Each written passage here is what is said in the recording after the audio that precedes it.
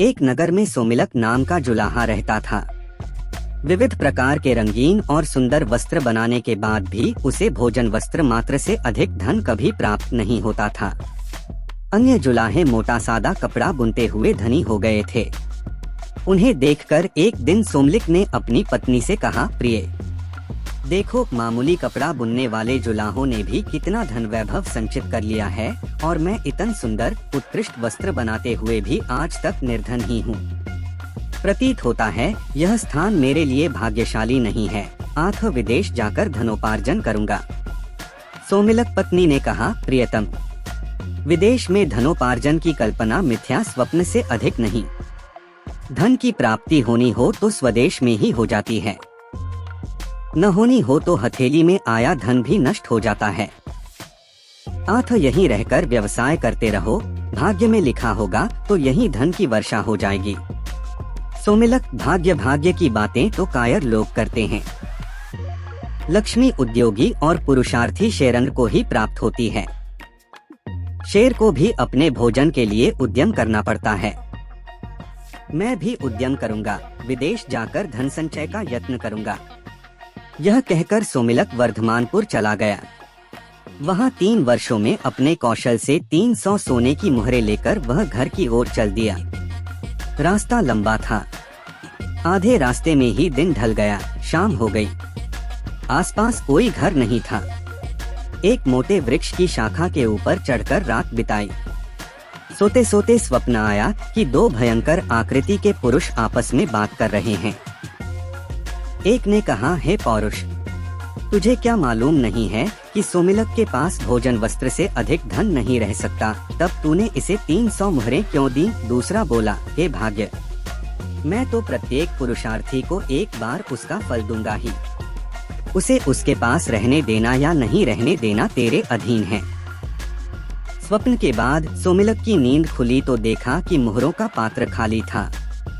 इतने कष्टों से संचित धन के इस तरह लुप्त हो जाने से सोमिलक बड़ा दुखी हुआ और सोचने लगा, अपनी पत्नी को कौन सा मुख दिखाऊंगा, मित्र क्या कहेंगे। यह सोचकर वह फिर वर्धमानपुर को ही वापस आ गया। वहाँ दिनरात घोर परिश्रम करके उसने वर्ष भर में ही 500 मुहरें जमा कर ली। उन्हें लेकर वह घर की ओर जा रहा था कि फिर आधे रास्ते में रात पड़ गई। इस बार वह सोने के लिए ठहरा नहीं, चलता ही गया।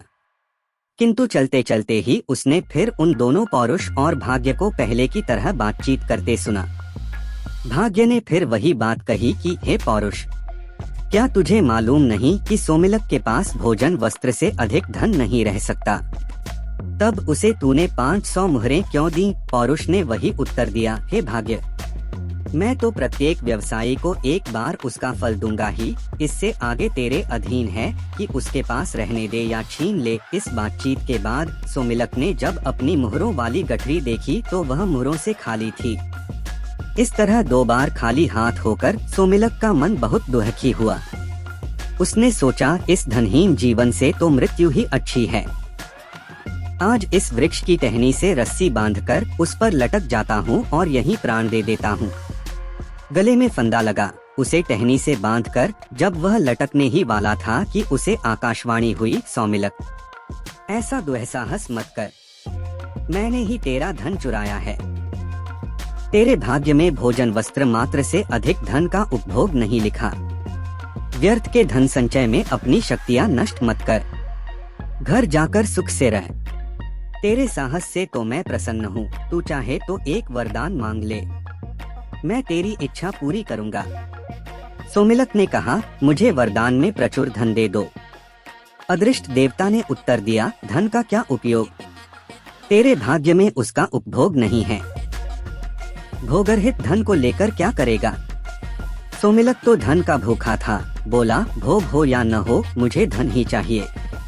बिना उपयोग या उपभोग के भी धन की बड़ी महिमा है। संसार में वही पूज्य माना जाता है जिसके पास धन का संचय हो। कृपण और अकुलीन भी समाज में आदर पाते हैं। सोमिलक की बात सुनने के बाद देवता ने कहा, यदि यही बात है, धन की इच्छा इतनी ही प्रबल है, तो तू फिर वर्धमानपुर चला जा। वहाँ 2 बनियों के पुत्र हैं, एक गुप्त धन, दूसरा उपभुक्त धन। इन दोनों प्रकार के धनों का स्वरूप जानकर तू किसी एक का वरदान मांगना।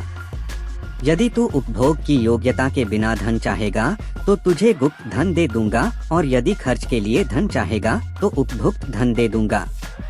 यह कहकर वह देवता लुप्त हो गया। सोमिलक उसके आदेशानुसार फिर वर्धमानपुर पहुंचा। शाम हो गई थी। पूछता पूछता वह गुप्तधन के घर पर चला गया। घर पर उसका किसी ने सत्कार नहीं किया।